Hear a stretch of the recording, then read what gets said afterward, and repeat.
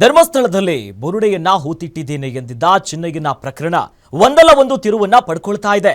ಇದೀಗ ಆ ವಿಚಾರ ಜಿಲ್ಲೆಯನ್ನ ದಾಟಿ ಬೇರೆ ರಾಜ್ಯದವರೆಗೂ ಸಹ ತಲುಪಿದೆ. ಓರ್ವ ಸಂಸದವರಿಗೂ ಕೂಡ ಈ ವಿಚಾರ ತಲುಪಿದೆ. ಇದೀಗ ಆ ಸಂಸದರು ತಮ್ಮ ಮೇಲೆ ಮಾಡಿರುವಂತ ಆರೋಪಕ್ಕೆ ಕೋರ್ಟ್ ಮೊರೆ ಹೋಗಿದ್ದಾರೆ. ಹಾಗಾದ್ರೆ ಯಾರದು ಆ ಸಂಸದ, ಯಾವೆಲ್ಲ ಆರೋಪ ಇಲ್ಲಿದೆ ನೋಡಿ, ಆ ಬಗ್ಗೆ ಕಂಪ್ಲೀಟ್ ಡೀಟೇಲ್ಸ್.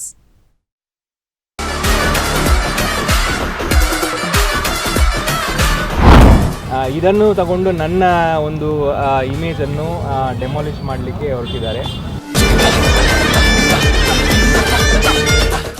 ಇದನ್ನು ಮನಸ್ಸಲ್ಲಿ ಇಟ್ಟುಕೊಂಡು ಪೊಲಿಟಿಕಲಿ ಮೋಟಿವೇಟ್ ಆಗಿ ಇದರಲ್ಲಿ ನನ್ನ ಹೆಸರನ್ನು ಇನ್ವಾಲ್ವ್ ಮಾಡೋದು ಭಾಳ ಕಂಡಮ್ನಬಲ್. ಒಂದಷ್ಟು ಮುಖದ ಕೇಸ್ ಹಾಕಿ ಕೈ ತೊಳ್ಕೊಳ್ಳೋದ್ರಿಂದ ಅವರೇನು ಈ ದೇಶದಲ್ಲಿ ತುಂಬ ಪ್ರಾಮಾಣಿಕತೆಯಲ್ಲಿ ತೋರಿಸೋ ಪ್ರಯತ್ನ ಮಾಡ್ತಾರೆ. ಅದೆಲ್ಲ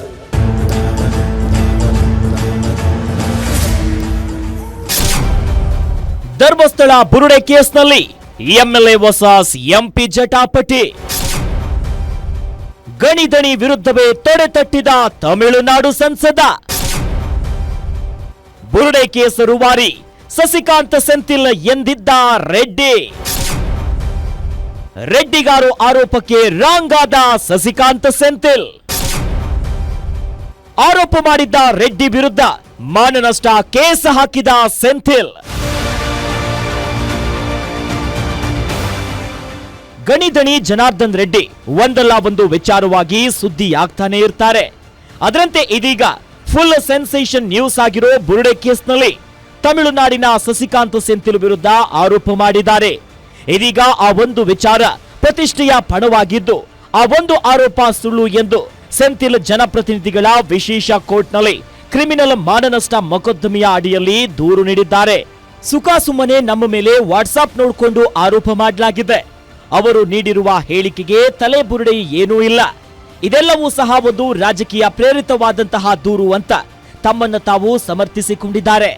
ಕರ್ನಾಟಕದಲ್ಲಿ ಎಸ್ಪೆಷಲಿ ಗಂಗಾವತಿ ಶಾಸಕರು ಶುರು ಮಾಡಿರೋ ಒಂದು ವಿಷಯ, ಯಾವುದೇ ಒಂದು ವಾಟ್ಸ್ಆ್ಯಪ್ ಫಾರ್ವರ್ಡ್ ಅನ್ನು ನೋಡಿಕೊಂಡು ಅವರು ಬಂದು ನನ್ನ ಹೆಸರು ಹೇಳಿ ನಾನು ಸ್ಕ್ರಿಪ್ಟ್ ರೈಟರ್, ಮಾಸ್ಟರ್ ಮೈಂಡ್ ಏನೇನೋ ಹೇಳಿದ್ದಾರೆ. ಇನಿಷಿಯಲಿ ಇಷ್ಟು ಒಂದು ಚೈಲ್ಡಿಶ್ ವಿಷಯಕ್ಕೆಲ್ಲ ನಾವು ಉತ್ತರ ಕೊಡಬೇಕಂತ ನನಗೆ ಅನಿಸಿತ್ತು. ಅದಕ್ಕೆ ನಾವು ಪಾರ್ಲಿಮೆಂಟಲ್ಲಿ ಬೇರೆ ಇದ್ದೀವಿ, ನಮಗೆ ಬೇರೆ ಬೇರೆ ಕೆಲಸಗಳಿತ್ತು. ಹಾಗಾಗಿ ನಾನು ಅದನ್ನು ಭಾಳ ಲೈಟಾಗಿ ತೊಗೊಂಡೆ. ಇಂಥ ವಸ್ತು ರೂಮರ್ ಯಾರು ಹೇಳ್ತಾರೆ ಅಂತ ನಾನು ತಗೊಂಡಿಲ್ಲ. ಬಟ್ ಈಗ ಏನಾಗಿದೆ, ಡೈಲಿ ಒಂದು ಸ್ಟೋರಿ ಮಾಡ್ತಾ ಈಗ ಒಂದು ಬಿಲ್ಡಪ್ ಮಾಡಿ ಬಿಟ್ಬಿಟ್ಟಿದ್ದಾರೆ. ಸೊ ಈಗ this is the right time that I have to refute openly and also in legally also. ಯಾಕೆಂದರೆ ಈಗ ನಾನು ಒಂದು ಮೆಂಬರ್ ಆಫ್ ಪಾರ್ಲಿಮೆಂಟ್ ಇದ್ದೀನಿ, ಒಂದು ಕಾನ್ಸ್ಟಿಟ್ಯೂನ್ಸಿಯಿಂದ ನನಗೆ ಜನ ಆಯ್ಕೆ ಮಾಡಿದ್ದಾರೆ. ಇದನ್ನು ತಗೊಂಡು ನನ್ನ ಒಂದು ಇಮೇಜನ್ನು ಡೆಮಾಲಿಷ್ ಮಾಡಲಿಕ್ಕೆ ಹೊರಟಿದ್ದಾರೆ. ನಾನು ಕರ್ನಾಟಕಕ್ಕೆ ಅಪರಿಚಿತ ಇಲ್ಲ. ನಾನು 10 ವರ್ಷ ಇಲ್ಲಿ ಕರ್ನಾಟಕದಲ್ಲಿ ಕೆಲಸ ಮಾಡಿದ್ದೀನಿ. ಅದು ಯಾವ ರೀತಿ ಕೆಲಸ ಮಾಡಿದ್ದೀನಿ ಅಂತ ತಾವೆಲ್ಲರೂ ಕೂಡ ನೋಡಬಹುದು, ಕೇಳಬಹುದು. ನಾನು ಜಿಲ್ಲಾಧಿಕಾರಿಯಾಗಿದ್ದವನು, ನನ್ನ ವರ್ತನೆ ಹೇಗಿರುತ್ತೆ ಅಂತ ಎಲ್ಲರಿಗೂ ಗೊತ್ತು. ರೈಟ್ ವಿಂಗ್ ಪೊಲಿಟಿಕಲ್ ವಿಂಗ್ ನಿಂದ ಬೇಸತ್ತು ರಿಸೈನ್ ಮಾಡಿದ್ದೀನಿ. ಈಗಾಗಲೇ ಕೋರ್ಟ್ಗೆ ದೂರು ನೀಡಿದ್ದೇನೆ. ಗಂಗಾವತಿಯ ಎಂಎಲ್ಎ ಮೇಲೆ ದೂರು ನೀಡಿದ್ದೇನೆ. ನಾನು ಇವರನ್ನ ಲಾಸ್ಟ್ ನೋಡಿದ್ದು ಬಳ್ಳಾರಿಯಲ್ಲಿ. ಇದೆಲ್ಲವೂ ಕೂಡ ರಾಜಕೀಯ ಪ್ರೇರಿತ ಅಂತ ಹೇಳಿದ್ರು. ಸಿಬಿಐ ಮತ್ತು ಎನ್ಐಎ ಇನ್ವೆಸ್ಟಿಗೇಷನ್ ಆಗಲೇಬೇಕು, ನಾನು ಇದರಲ್ಲಿ ಭಾಗಿಯಾಗಿಲ್ಲ ಅನ್ನೋಂಥದ್ದನ್ನು ಅವ್ರು ಹೇಳಿದರೆ ಅವ್ರನ್ನ ನಾವು ಮೆಚ್ಕೋಬಹುದು. ಹಾಗಾಗಿ ಬರೀ ಮಾನನಷ್ಟ ಮೊಕದ್ದಮೆ ಕೇಸ್ ಹಾಕಿ ಕೈ ತೊಳ್ಕೊಳ್ಳೋದ್ರಿಂದ ಅವರೇನು ಈ ದೇಶದಲ್ಲಿ ತುಂಬ ಪ್ರಾಮಾಣಿಕತೆಯಲ್ಲಿ ತೋರಿಸೋ ಪ್ರಯತ್ನ ಮಾಡ್ತಾರೆ. ಅದಾಗಿಲ್ಲ. ನಾನು ಕರ್ನಾಟಕದಲ್ಲಿ 10 ವರ್ಷ IAS ಆಫೀಸರ್ ಆಗಿ ಕೆಲಸ ಮಾಡಿದೆ. ಮೂರು ಜಿಲ್ಲೆಗಳಿಗೆ ಜಿಲ್ಲಾಧಿಕಾರಿಯಾಗಿದ್ದೆ. ನನ್ನ ವರ್ತನೆ ಹೇಗಿರ್ತದೆ, ನಾನು ಯಾವ ರೀತಿ ಇರ್ತೀನಿ ಅಂತ ಎಲ್ಲರಿಗೂ ಗೊತ್ತಿದೆ, ಅಪರಿಚಿತ ಇಲ್ಲ. ಆದರೆ ಈ ರೈಟ್ ವಿಂಗ್ ಪಾಲಿಟಿಕ್ಸನ್ನು ಎದುರಿಸಿ ನನ್ನ ಕೆಲಸವನ್ನು ನಾನು ರಾಜೀನಾಮೆ ಮಾಡಿ ಇವತ್ತು ಅವರನ್ನು ಇಡೀ ದೇಶದಲ್ಲಿ ನಾನು ಎದುರಿಸ್ತಾ ಇದ್ದೀನಿ. ಇದನ್ನು ಮನಸ್ಸಲ್ಲಿ ಇಟ್ಟುಕೊಂಡು ಪೊಲಿಟಿಕಲಿ ಮೋಟಿವೇಟ್ ಆಗಿ ಇದರಲ್ಲಿ ನನ್ನ ಹೆಸರನ್ನು ಇನ್ವಾಲ್ವ್ ಮಾಡೋದು ಭಾಳ ಕಂಡಮ್ನಬಲ್.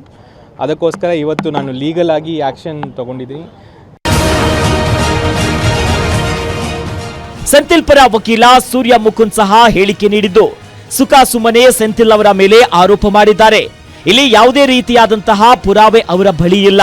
ನಮ್ಮ ಕಕ್ಷಿದಾರರು ಯಾವುದೇ ಕಾರಣಕ್ಕೂ ಈ ಪ್ರಕರಣದಲ್ಲಿ ಇಲ್ಲ. ಕಾನೂನಾತ್ಮಕವಾಗಿ ನಾವು ಹೋರಾಟ ಮಾಡ್ತೇವೆ ಅನ್ನೋದಾಗಿ ಹೇಳಿದ್ದಾರೆ. ಜನಾರ್ದನ್ ರೆಡ್ಡಿ ಅವರು ಶಶಿಕಾಂತ್ ಸೆಂಥಿಲ್ ಅವ್ರ ವಿರುದ್ಧ ಆಧಾರ ರಹಿತವಾಗಿ ಕೆಲವು ಆರೋಪಗಳನ್ನ ಮಾಡಿದರು. ಏನಂದರೆ ತಮಿಳುನಾಡಿನಲ್ಲಿ ಅವನು 11 ವರ್ಷ ಕಾಲ ಚಿನ್ನಯ್ಯ ಇದ್ದ. ಆ ಸಂದರ್ಭದಲ್ಲಿ ಶಶಿಕಾಂತ್ ಸೆಂಥಿಲ್ ಅವರಿಗೆ ಈತ ಪರಿಚಯ ಆಗಿದ್ದಾನೆ. ಇವರು ದಕ್ಷಿಣ ಕನ್ನಡ ಜಿಲ್ಲೆಯಲ್ಲಿ DC ಕೂಡ ಆಗಿದ್ದರು.